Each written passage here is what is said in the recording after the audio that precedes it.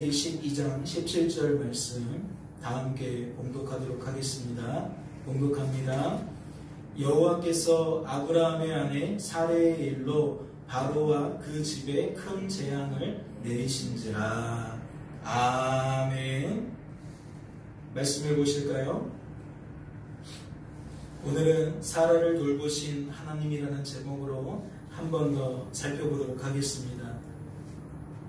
여호와께서 말씀하신 대로 사라를 돌보셨고 여호와께서 말씀하신 대로 사라에게 행하셨으므로 사라가 임신하고 하나님이 말씀하신 시기가 되어 노년의 아브라함에게 아들을 낳으니.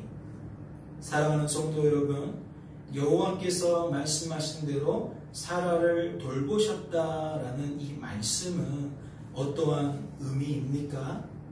두 가지로 설명을 드렸지요.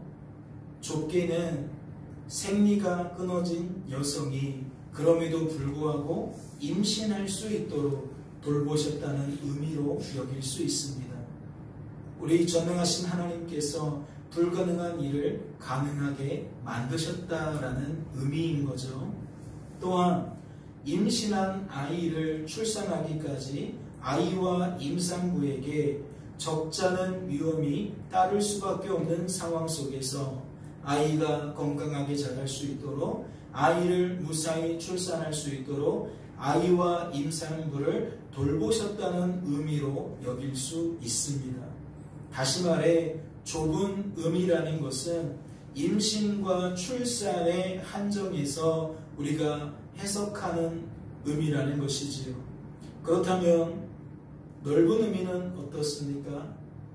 넓게는 25년이라는 긴 여정 속에서 파란만장했던 그녀의 인생 속에서 하나님께서 무엇 하신 겁니까? 시마다 때마다 그녀가 낙심하지 않도록, 그녀가 실망하지 않도록, 그래서 하나님을 떠나지 않도록, 하나님과의 관계가 끊어지지 않도록 뭐 하셨다는 거예요? 그녀를 돌보셨다라는 거죠. 다시 말해 하나님께서 하나님의 그 기쁘신 뜻을 따라 사라를 친히 찾아오신 그날부터 하나님께서는 그녀를 떠나지 않으시고 이때껏 계속해서 돌보셨다라는 의미라는 겁니다. 이해가 되시죠? 이것은 주일날 우리가 이미 살펴보았던 내용입니다. 오늘은 파란만장했던 사라의 인생을 이렇듯 두 가지 의미 중에 넓은 의미로서 다시 한번 조명해 보고자 합니다. 말씀을 보세요. 여호와께서 아브라함에게 이르시되 너는 너의 고향과 친척과 아버지의 집을 떠나 내가 내게 보여줄 땅으로 가라. 내가 너로 큰 민족을 이루고 내게 복을 주어 내 이름을 창대하게 하리니 너는 복이 될지라. 이것은 넓은 의미로서 하나님께서 사라를 돌봐주신 첫 번째 사건이라 할 수 있습니다. 무슨 이야기입니까? 당시 사레는 아브라함과 결혼한 상태였지만 임신하지 못하여 자식이 없었습니다. 그녀는 임신하여 자식 얻기를 간절히 소망했지만 주어진 삶의 결과는 그녀의 바램과 너무나도 달랐다는 것이지요. 그런데 이 가정에 누가 찾아오신 겁니까? 하나님이 찾아오신 겁니다. 그녀는 하나님을 만나게 되었다는 것이지요. 여러분, 하나님은 어떤 하나님입니까? 인생의 주관자이신 하나님입니다. 인생의 구원자이신 하나님입니다. 그런데 이 가정에 그녀에게 그러한 하나님이 찾아오셨다는 겁니다. 이는 어떠한 의미입니까? 인생의 주관자요 구원자이신 하나님께서 오로지 이 가정을 향한 하나님의 그 기쁘신 뜻을 따라 오로지 이 가정을 향한 하나님의 그 큰 사랑을 인하여 이 가정을 찾아오셨다는 겁니다. 다시 말해 아브라함의 뜻이나 사라의 뜻과는 무관했다는 것이지요. 하나님을 향한 그들의 사랑이나 그들의 열심과는 이 일이 아무런 상관이 없었다는 겁니다. 그도 그럴 것이 그들은 우상 숭배자들이었습니다. 이는 무엇을 의미하죠? 그들은 임신하여 자식을 얻고 싶은 그들의 바램을 하나님을 향해 표현한 적이 없었다는 겁니다. 그들은 임신하고 싶어서 자식 얻고 싶어서 누구에게 매달리지 않았다? 하나님께 매달리지 않았다. 그들은 하나님 대신 그들이 하나님처럼 여기던 것들을 향해 그리했을 뿐이라는 것이지요. 하지만 그럼에도 불구하고 이렇듯 하나님과 아무런 상관이 없어 보이는 이 가정에 그럼에도 불구하고 뭐 하신 겁니까? 인생의 주관자여 구원자이신 하나님이 찾아오신 겁니다. 그러한 그들과 상관없이 이 가정을 향한 하나님의 뜻을 친히 이루시기 위해서, 반드시 이루시기 위해서 하나님은 그리하셨다는 거죠. 그 결과가 무엇입니까? 내가 너로 큰 민족을 이루고. 사례는 하나님 때문에 자신이 임신하여 자식을 얻게 될 거라는 소망을 품게 되었습니다. 소망이 없던 여인이 하나님 때문에 소망을 가지게 되었다는 거죠. 생각해 보세요. 스스로의 힘과 능력으로는 소망이 없었습니다. 아브람과 사레가 언제 결혼했는지는 몰라요. 하지만 결혼한 날부터 지금 이 시기까지 뭐 했겠습니까? 그들은 열심히 자식 얻기 위하여 애를 썼을 겁니다. 자신들이 믿고 있는 신을 향해 그들은 간절히 구했을 거라는 거죠. 또한 그들도 자녀를 얻기 위해 열심히 노력했을 거라는 이야기입니다. 그러나 결과는 어떠했습니까? 그러한 자신들의 노력이 물거품이 되었습니다. 우상을 열심히 숭배했지만 소망은 점점 흐려져 갔다는 거죠. 점점 소망이 사라져 갔다는 겁니다. 이는 무엇을 의미합니까? 아무리 임신하기 위해 애를 써도 그녀는 임신할 수가 없었다는 겁니다. 사례는 자신이 할 수 있는 최선을 다해 노력을 했지만, 열심히 기도도 했지만 임신할 수는 없었다는 거지요. 아무리 우상을 지극정성으로 섬기고 또 섬겨도 그녀는 자식을 얻을 수가 없었다는 겁니다. 그러니 그녀가 품고 있었던 소망은 시간이 갈수록 더욱 약해질 수밖에 없지요. 애를 쓰면 쓸수록 결과가 달라지지 않으니 그는 더욱 실망하게 되어 결국 뭐 하게 된다는 겁니까? 주저앉게 된다는 것이지요. 인생의 주관자요 구원자이신 하나님은 바로 그러한 그녀에게 찾아오셔서 그러한 그녀가 잃어버린 소망을, 약해진 소망을, 흐려진 소망을 다시 밝게, 분명하게, 확실하게 품게 만드신 겁니다. 내 힘과 능력으로는 품었지만 유지할 수 없었던 그 소망을, 우상을 통해서는 품었지만 유지할 수 없었던 그 소망을 하나님께서 다시 품게 만드셨다는 거지요. 말씀을 보세요. 아브라함이 그 땅을 지나 세겜 땅 모래 상수리 나무에 이르니 그때에 가나안 사람이 그 땅에 거주하였더라. 여호와께서 아브라함에게 나타나 이르시되 내가 이 땅을 내 자손에게 주리라 하신지라. 자기에게 나타나신 여호와께 그가 그곳에서 제단을 쌓고. 이것은 넓은 의미로서 하나님께서 사라를 돌보신 두 번째 사건이라 할 수 있습니다. 약속의 말씀을 붙들고 하란을 떠났습니다. 그들은 어디에 도착합니까? 약속의 땅에 도착합니다. 그들이 세겜 땅 모래 상수리 나무에 이르렀을 때에 인생의 주관자여 구원자이신 하나님은 어떠한 말씀을 그들에게 하셨습니까? 그들은 하나님께로부터 어떠한 말씀을 듣게 되었냐는 겁니다. 내가 이 땅을 내 자손에게 주리라.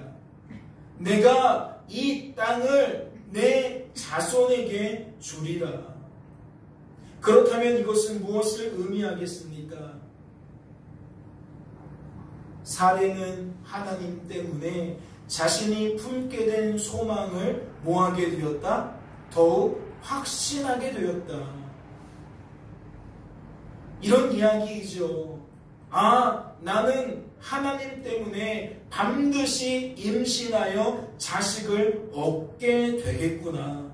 그래서 내 자식들이 이 땅을 차지하게 되겠구나.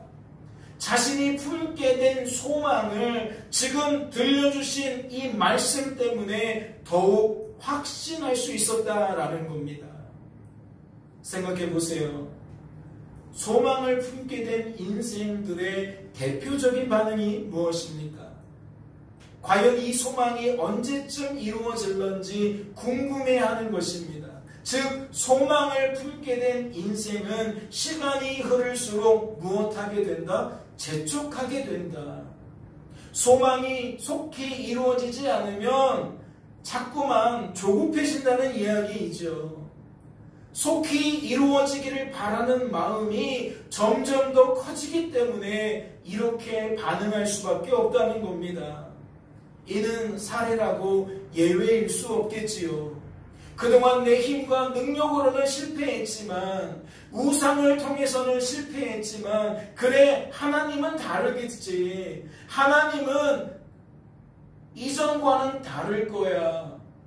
나로 하여금 속히 임신하게 만들 것이고 나로 하여금 속히 자식을 얻게 만드실 거야. 그런데 그녀가 하나님을 떠난 이후 지금까지 어떠한 상태였습니까?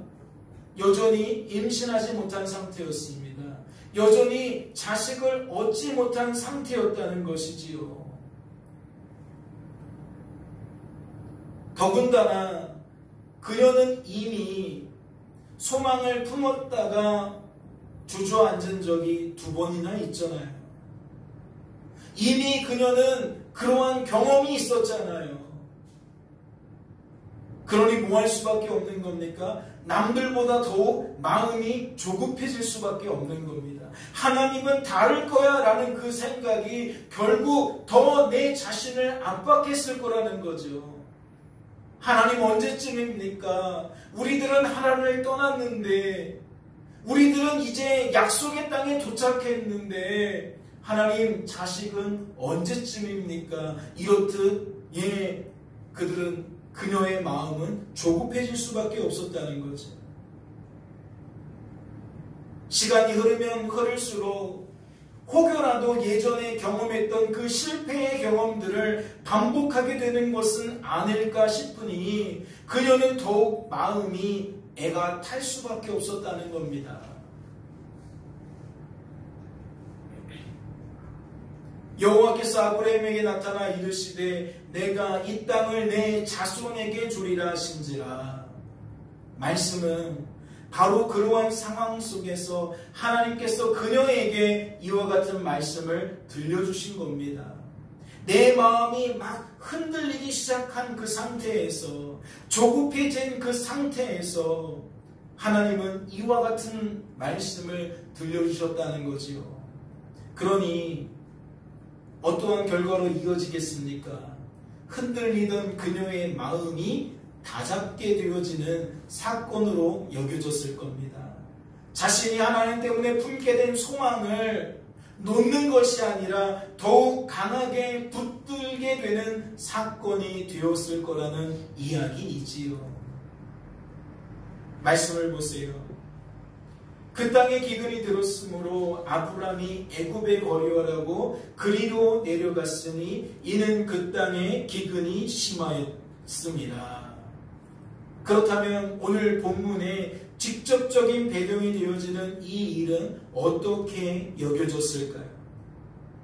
이 사건은, 이러한 삶의 결과는 그녀에게 어떠한 의미로 다가왔겠냐는 겁니다. 그들이 거주하던 땅에 심한 기근이 들었습니다. 이는 무엇을 의미합니까? 하나님께서 아브라함과 아브라함의 자손에게 주시기로 약속한 땅이 어떠한 땅이 되었다는 거예요? 그들의 생존을 위협하는 땅이 되었다는 겁니다. 살아가기 너무 버거운 땅이 되었다는 거죠. 살아가기 너무 힘겨운 땅이 되었다는 겁니다. 그렇다면 사례는 이러한 삶의 결과를 어떻게 받아들였겠습니까? 그녀가 이러한 삶의 결과를 원하지 않았다는 것은 제거할 여지가 없습니다. 다시 말해 그녀는 심한 기근을 원하지 않았다는 거지요. 내 인생에 이러한 험악한 결과가 찾아오리라고는 결코 예상하지 않았다는 겁니다. 하지만 그럼에도 불구하고 인생은 참 이상하지요. 그러한 결과는 주어지더라고요. 내가 예상하지 못했던 안 좋은 일들이 어김없이 내 삶에 찾아오더라는 거지요. 그렇다면 그녀는 이러한 상황 속에서 어떻게 반응하겠습니까? 그녀는 하나님 안에서 이러한 삶의 결과를 기대하지 않았을 텐데 그럼에도 불구하고 이러한 삶의 결과가 주어졌으니 어떻게 반응하겠냐는 겁니다. 그녀는 실망하게 되었을 겁니다.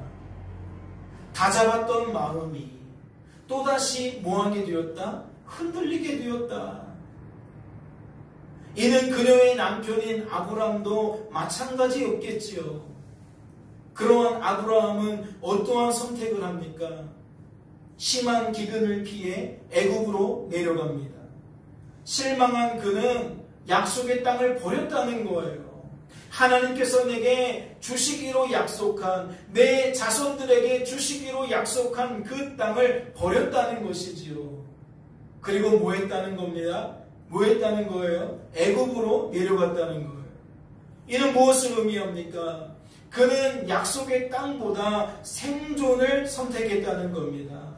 그는 심한 기근을 통해 무엇을 드러냈다는 거예요? 하나님에 대한 불신을 드러냈다는 거예요. 다시 말해 그는 내가 원치 않는 삶의 결과를 통해 나도 하나님처럼 여기는 마음을, 나도 내 인생의 주관자와 구원자라 여기는 마음을 하나님께 드러냈다는 거지요. 하나님과 동행하는 중에도 여전히 우상 숭배자의 모습을 드러내게 되었다는 겁니다. 과거에 내 삶의 패턴을 드러내게 되었다는 거지요. 위기가 찾아오면 우리가 우리 인생을 어떻게 해야 되는가 고민하고 결정하고 실행하지 않습니까? 내가 내 인생의 주관자가 되려고 애를 쓴다는 거죠. 내가 내 인생의 구원자가 되려고 애를 쓴다는 겁니다. 다시 말해 나도 하나님인 줄로 착각하게 된다는 것이지요. 그 결과는 무엇입니까? 그가 애굽에 가까이 이르렀을 때에 그의 아내 사라에게 말하되 내가 알기에 그대는 아름다운 여인이라 애굽 사람이 그대를 볼 때에 이르기를 이는 그의 아내라 하여 나는 죽이고 그대는 살리리니 원하건대 그대는 나의 누이라 하라. 그러면 내가 그대로 말미암아 안전하고 내 목숨이 그대로 말미암아 보존되리라 하니라. 아브라함은 또다시 선택을 하게 됩니다. 무엇을 위한 선택입니까? 생존을 위한 선택입니다.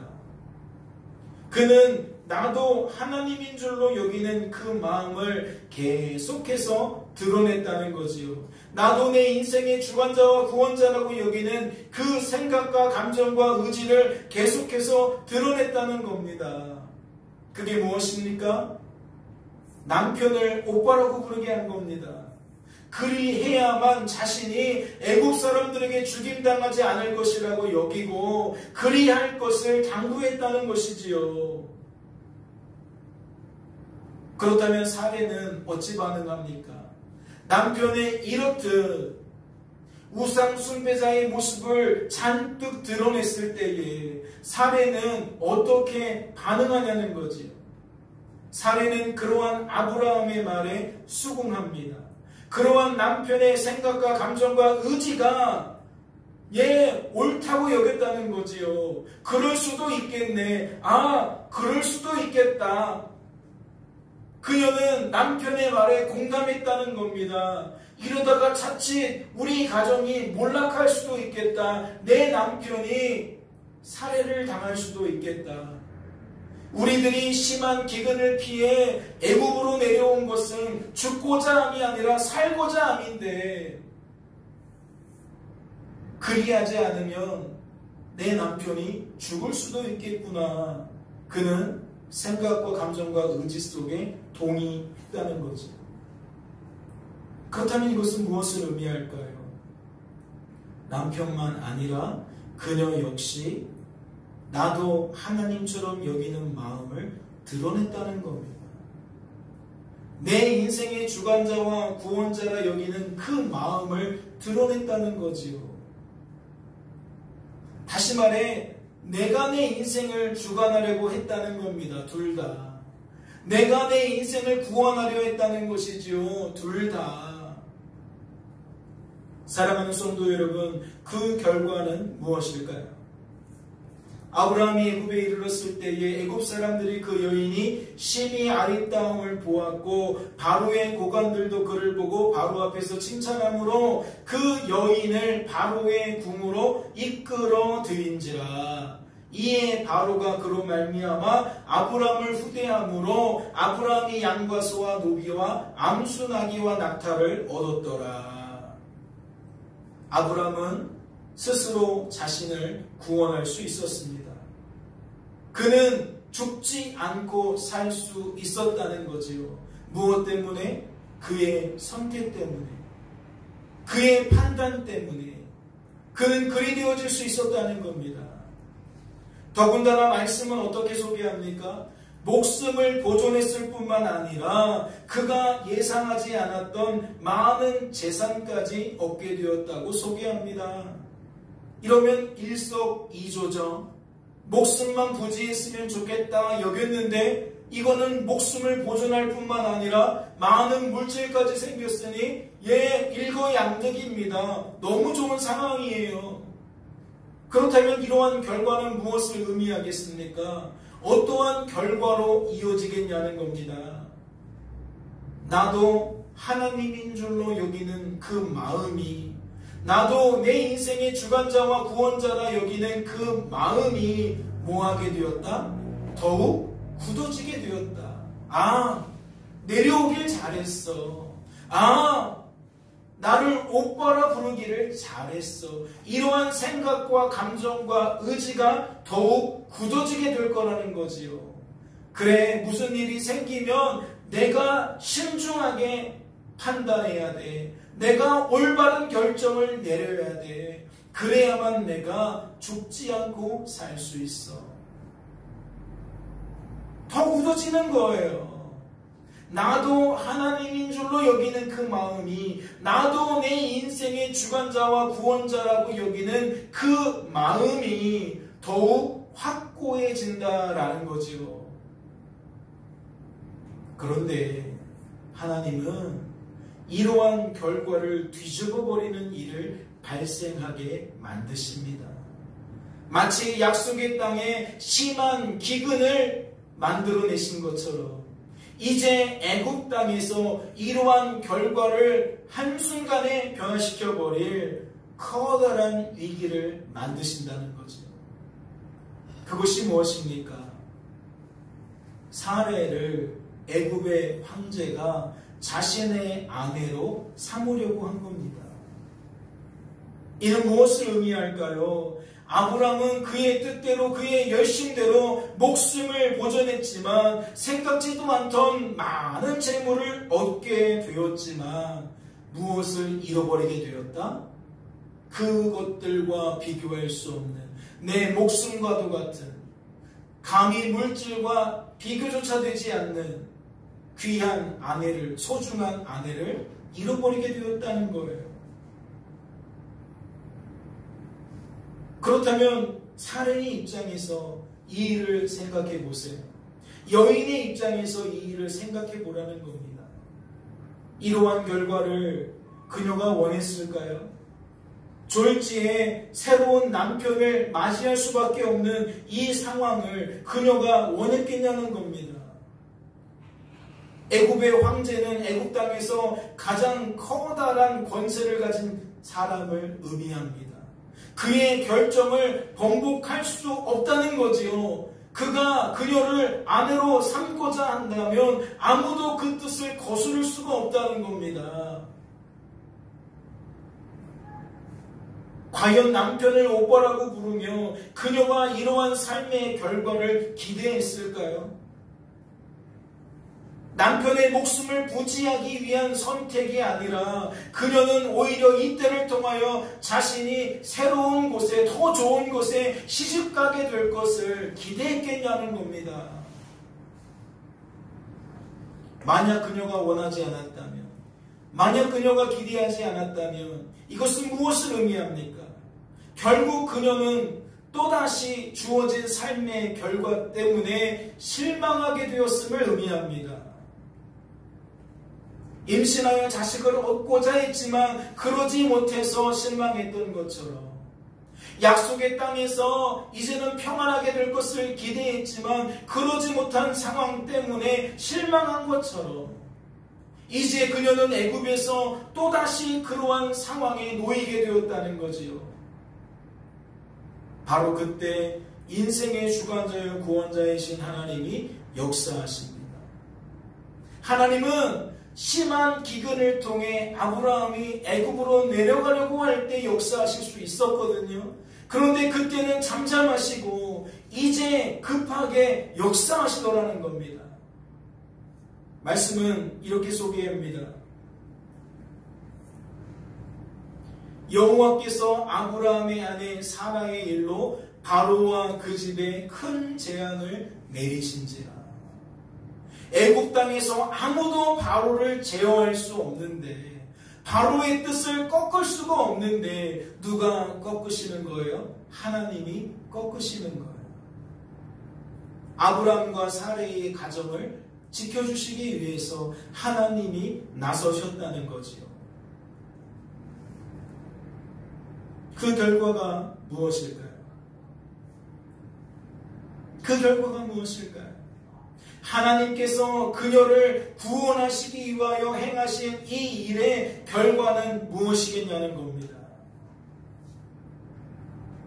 내가 어찌 그를 누이라 하여 내가 그를 데려다가 아내를 삼게 하였느냐. 내 아내가 여기 있으니 이제 데려가라 하고 바로가 사람들에게 그의 일을 명하매 그들이 그와 함께 그의 아내와 그의 모든 소유를 보내었더라.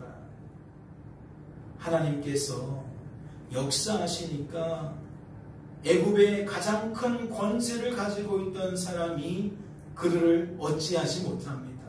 아무런 해를 가하지 못해요. 애굽왕 바로가 그리하니까 그 밑에 있는 수많은 사람들도 그리할 수가 없습니다. 이는 무엇을 의미하죠? 그가 안전하게 애굽에서 나올 수 있었다는 것을 의미합니다. 사랑하는 성도 여러분, 그렇다면 성도된 우리들은 이 일을 통해 무엇을 깨달아야 될까요? 이러한 사라의 인생을 통해 무엇을 깨달아야겠냐는 겁니다. 우리들도 주어진 삶의 결과 때문에 실망하기를 한두 번입니까? 이번 주에도 내가 바라던 결과대로 되어지지 않아서 우리는 수없이 실망했을 겁니다. 이제 12월 달인데 올 한 해를 점검해 보자면 우리가 실망한 일들이 한두 개가 아니었을 거라는 거죠. 그렇다면 우리의 상황이 누구와 다르지 않은 겁니까? 사라의 인생과 다르지 않은 겁니다. 끊임없이 흔들리고 실망하고 낙심할 수밖에 없는 상황에 놓일 수밖에 없는 우리의 처지가 그녀의 입장과 다를 게 조금도 없다는 거죠. 그렇다면 오늘 말씀을 통해 우리들은 무엇을 깨달아야 하냐는 거예요. 사랑하는 성도 여러분, 우리들은 말씀을 통해 하나님만 하나님이신 것을 깨달아야 합니다. 인생의 주관자와 구원자는 오직 하나님이신 걸 깨달아야 된다는 거지요. 우리들은 자꾸 나도 하나님처럼 여기지만, 우리들은 자꾸 나도 인생의 주관자와 구원자라고 여기지만, 하나님께서 이러한 일들을 반복해 하신 것은, 이러한 일들을 경험케 하신 것은 오히려 그 반대라는 것이지요. 그러한 우리의 마음이 얼마나 허망한 생각들인지 깨닫게 만드신다는 겁니다. 그래서 우리로 하여금 하나님만 하나님이신 거구나 라고 깨닫고 인정하고 고백하도록 만드신다는 거죠. 생각해 보세요. 아브라함과 사레는 인생의 주관자여 구원자이신 하나님을 만나기 전에 하란에서 경험했던 일들, 애굽에서 그대로 경험하고 있습니다. 나도 하나님으로 여기던 저들은, 나도 내 인생의 주관자와 구원자라고 여기던 저들은 나의 노력을 통해 내가 품은 뜻을 이루려고 했지만 결국 뭐할 수밖에 없다? 실망할 수밖에 없다. 이는 저들이 스스로 자신을 구원할 수 없다는 것을 의미합니다. 이는 저들이 스스로 자신을, 자신의 생명을 보존할 수 없다는 것을 의미한다는 거죠. 그렇다면 하나님은 이 일을 통해 그러한 저들에게 무엇을 알려주신 겁니까? 그들의 인생에 심한 기근을 허락하신 이유가 무엇이냐는 거지요. 하나님이 함께하고 계심에도, 하나님이 그녀를 돌보고 계심에도 심한 기근을 경험케 만드신 이유가 무엇이냐는 겁니다. 다른 게 아니죠. 구원받은 우리들이 하나님과 동행하면서도 부지불식간에 우리들은 또다시 예전 모습으로 돌아가기 때문입니다. 우상 숭배자들로서 품었던 나도라는 그 생각이 여전히 우리의 삶을 또다시 지배할 때가 많다는 거지요. 교회를 다니는데 우리 그저 예수 그리스도를 나의 주 나의 하나님으로 영접했는데 그럼에도 불구하고 우리들은 부지불식간에 주어진 삶의 결과 때문에 뭐하게 되느냐? 나도 하나님처럼 여긴다는 겁니다. 나도 내 인생의 주관자와 구원자라고 여긴다는 것이지요. 만약 내가 원하는 것이 그대로 이루어진다면 우리는 그러한 일들을 반복하면 반복할수록 그러한 생각들이 더욱 굳어질 겁니다. 그러니 이런 생각을 품을 수 있어야 합니다. 내 뜻대로 되지 않는 것이 은혜구나.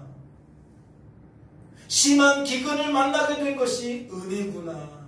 내 아내를 애국왕 바로가 빼앗으려고 했던 것이 은혜구나.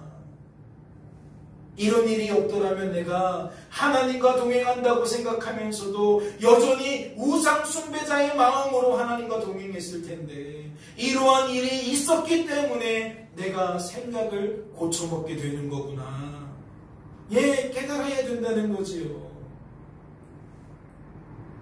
저들은 심한 기근을 통해 약속의 땅을 떠날 것이 아니라 오히려 심한 기근을 통해 하나님을 더욱 바라볼 수 있어야 했습니다. 의지하고 자랑하는 삶을 살아가야 했다는 것이지요. 오늘날 우리들도 마찬가지입니다. 하나님은 우리를 돌보신다라고 생각하면서도 여전히 우리들은 하나님을 더 바라보지 못합니다. 물질보다 물질을 통해 하나님을 바라봐야 되는데 우리들은 그러지 못한다는 거지요. 내가 원하는 걸 통해 오히려 하나님을 더 의지할 수 있어야 되는데 그러지 못하더라는 겁니다. 그 근본 마음에 무엇이 있는 거예요? 나도 하나님처럼 여기는 마음이 있는 거예요. 나도 내 인생의 주관자와 구원자라고 여기는 그 마음이 있는 거예요. 그러니 결국 뭐하게 된다? 끊임없이 실망하게 된다. 끊임없이 실망하게 된다. 내가 내 인생을 주관하려고 하는데 컨트롤하려고 하는데 그 뜻대로 되지 않으니까 뭐하게 된다? 낙심하게 된다. 또 반대로 내가 원하는 대로 술술 풀려가면 또 그렇게 더 굳어지게 된다.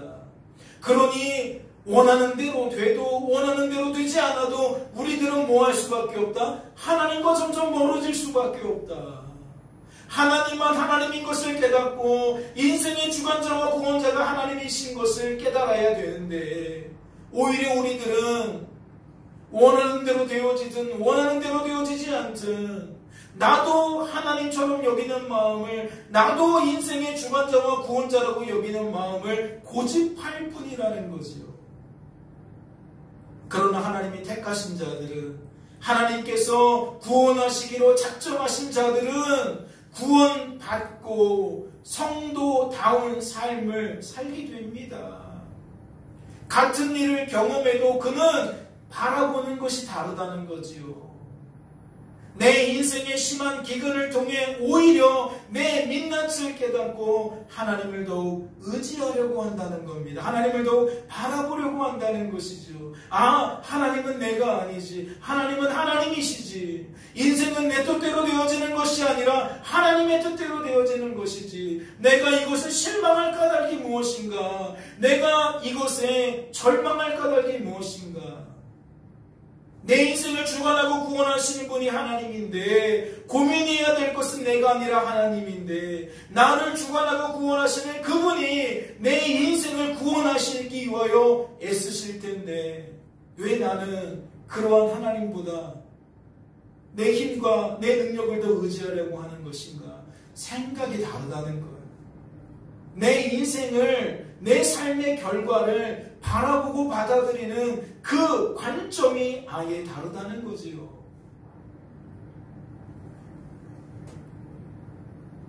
오늘도 결론은 하나입니다. 하나님이 우리를 돌보시는 여정 속에 하나님은 끊임없이 무엇을 알려주십니까? 하나님만 하나님이신 것을 알려주십니다. 인생의 주관자와 구원자는 오직 하나님이신 것을 알려주신다고요. 내가 기대했던 것이 막힌다고 끝나는 게 아닙니다. 내가 기대했던 것이 막히면 하나님은 막히게 하신 이유가 있잖아요. 하나님이 원하신다면 다른 것을 통해서도 채우실 수 있는 겁니다. 다른 방법으로도 더 좋은 결과를 내실 수 있는 거예요. 그런데 우리에게 그런 믿음이 없기 때문에 우리들은 엉뚱하게 반응할 수밖에 없는 거죠. 오늘 이 밤에 그러니 다시 한번 깊이 깨닫게 되는 은혜가 있기를 소망합니다. 아, 나도가 아니구나. 나도가 아니구나. 하나님만이구나. 오직 하나님만이구나. 주어진 삶의 자리에서 내게 주어진 삶을 바라보는 관점이 달라지시기를, 내게 주어진 삶의 결과를 받아들이는 그 해석이 달라지시기를 주님의 이름으로 간절히 소망합니다. 잠시 기도합니다. 하나님 아버지, 감사합니다. 우리의 인생은 하나님 안에서 생각해보면 너무나도 복된 삶입니다.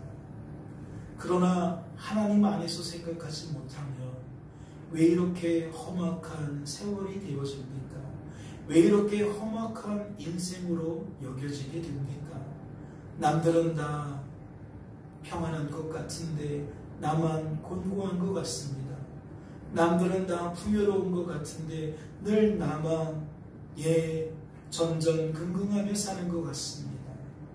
주님, 생각의 변화를 주시옵소서.